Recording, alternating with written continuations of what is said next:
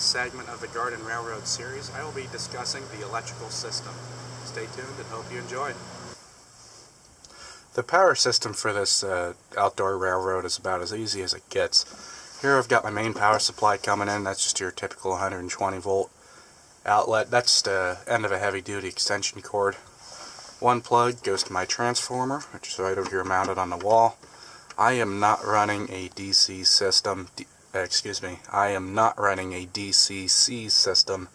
In other words, the speed of my trains is controlled by how much voltage is applied to the track. So, from the transformer, I have two wires that go outside the barn through conduit and connect to the track on the Garden Railroad. One's positive, one's negative. Positive goes to one side of the track, the negative goes to the other side. This tap here is going to a timer. There it is. There's the timer as it sits right there, which controls the lighting system. The lighting system is 12 volt courtesy lights, automotive lights out of cars that you have in your cabins. You know, you open the door and the light pops on. And to power those, I just have a car battery charger set on the 12 volt 2 amp setting. I have 10 of those lights out around the railroad to light it up at night. Makes it look real cool. Those bulbs are either 5 watt or 10 watt or a mix of each. And so the timer, it'll flip it on at night. I can set the time and or just turn it on and off with the timer. As you can tell, when turned on, it draws current. Then as your wires that would come out of your car battery charger that would go to the battery to charge your battery, those are just connected to 2 wires again, go through the barn, through conduit, into the railroad that are connected to the lamps. So pretty easy setup there. They're incandescent light bulbs, don't even have to worry about polarity, you know, positive, negative, as if you would if you had LEDs.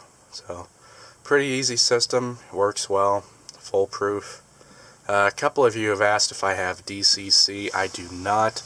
I do, however, have a diesel locomotive that is controlled by remote. So actually what happens is I set the transformer on this highest output it has for voltage, and then that locomotive is remote control from there, and it also has a sound system on board as well. So you have the horn, the bell, air release, you know, brakes, all your typical functions of a DCC system, only a lot cheaper and portable. So that works inside the house with the layout we have there, and outside. So I don't have to have 2 DCC systems for 2 separate layouts or move one system around. So this system works best for me.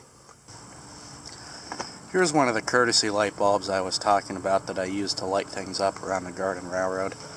As you can tell, I've just got 2 wires soldered to either side of the light bulb, and then they plug into my, move that rock there, they plug into my electrical system, which is buried throughout the layout, just goes around the circle of it. And if these bulbs go bad or blow out, I can unplug the bulbs from these little connections right here, go inside the house, solder a new bulb on the wires, come out here, plug it back in. Now, with that way, I don't have to drag the soldering iron outside as if this was hardwired right in. Very nice, easy way to do it. Those bulbs are relatively cheap. They light up well.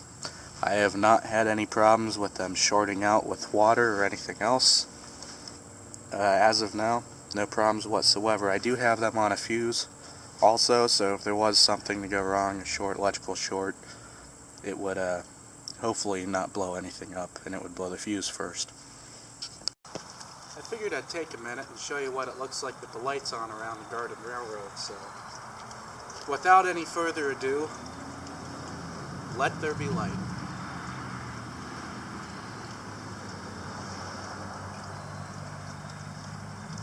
And just like that, we have light. As you can tell, they light up the waterfall area nice. I've got a light off to the left there in that corner, and one on the right. Light around the front of this curve.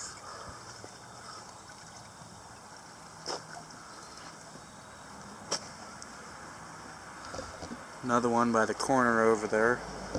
Lights up the station very well. Another one on the other side of the station. This one lights up the switch nicely so I can see which way my trains are going. Lighting that corner. And a couple along this back stretch.